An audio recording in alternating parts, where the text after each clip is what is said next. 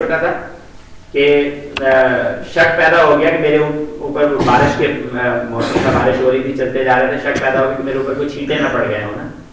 تو وہ ایک پرنالہ جو تھا اس کے نیچے جا کے کھڑے ہو گئے کہ پورا یقین تو ہو جائے کہ گندگی پڑ ہی گئی ہے.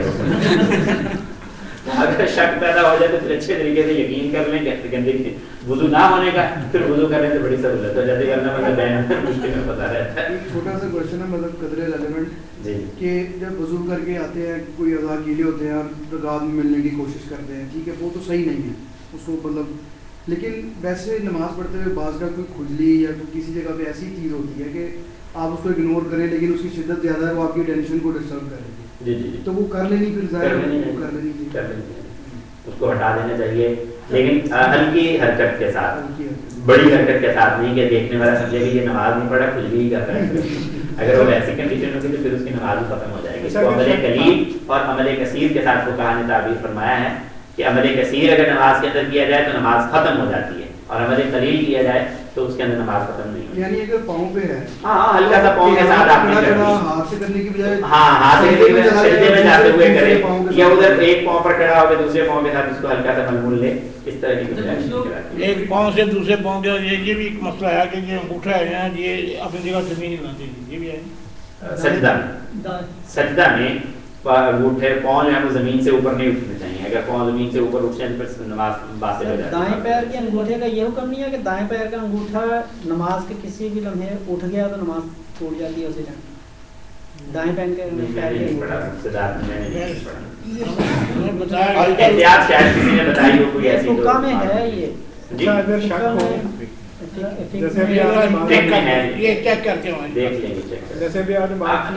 جو مسائل ہے نماز کے اندرونی مسائل، یہ انشاءاللہ نماز کے جب عملاً مشق آئے گی اور اس کے فرائض اور اس کے مفسدات اور اس کے جو توڑنے والے وہ چیزیں آئیں گی. جی فرمائیے.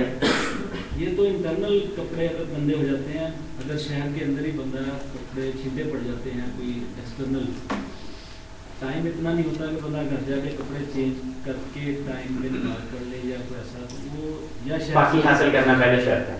اگر شہر سے باہر ہے تو پھر کپڑوں کا بھی رینج نہیں ہے، پھر اس کا کیا ہے؟ مطلب انہیں کپڑوں کو دھویا جا سکتا ہے، پاک کیا جا سکتا ہے.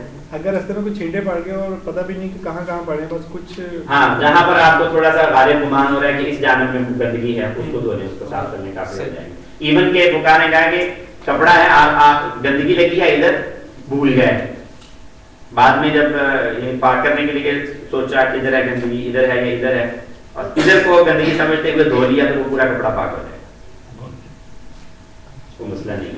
آج کل جو موبائل مطلب ہے اذان نماز میں کھڑے ہیں تو بیل ہوگی تو اس کو دوران ایک آدھے ہاتھ کے ساتھ ہلکا پھلکا اس کو جو ہے چٹکی کاٹ کے بند کر دیں، نکال کے. وہ عرب کے حوالے سے بات کو ذکر کرتے ہیں کہ نا پھر صلاح والی بات ہے نا، وہ تو نماز کو توڑ دیتی ہے، ختم کر دیتی ہے. یہ صحیح ہے نہیں، بچتے رہنے دینا اچھا نہیں ہے. وہ بہت سارے لوگوں کے لیے وہ مشکل کا باعث بن جاتی ہے. نماز بند کر دینا سب سے بہتر ہے. اور فون بھی اسی وقت بچتا ہے جب آپ سائلنٹ پہ لگانا بھول جائیں. جب آپ یاد کے ساتھ لگاتے ہیں تو پھر کبھی کبھی.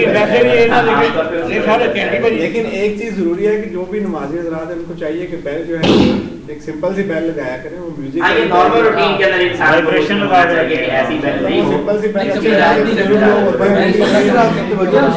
میوزیکل قسم کی بیل اچھی ہوتی ہے. ٹھیک ہے جی. ٹاپک ہمارا ایک کویسچن کہ آپ نے کہا تھا کہ جو اگر کسی کو شک ہے کہ میرا وضو ہے یا نہیں ہے، لیکن نماز اس نے پڑھ لی ہے اور بعد میں یاد آ گیا کہ میرا تو وضو ٹوٹ گیا تھا، ہاں تو پھر نماز کی بات ہوتا ہے. اگر آپ نماز میں کرنا چاہتے ہیں، دعا کریں گے آپ کو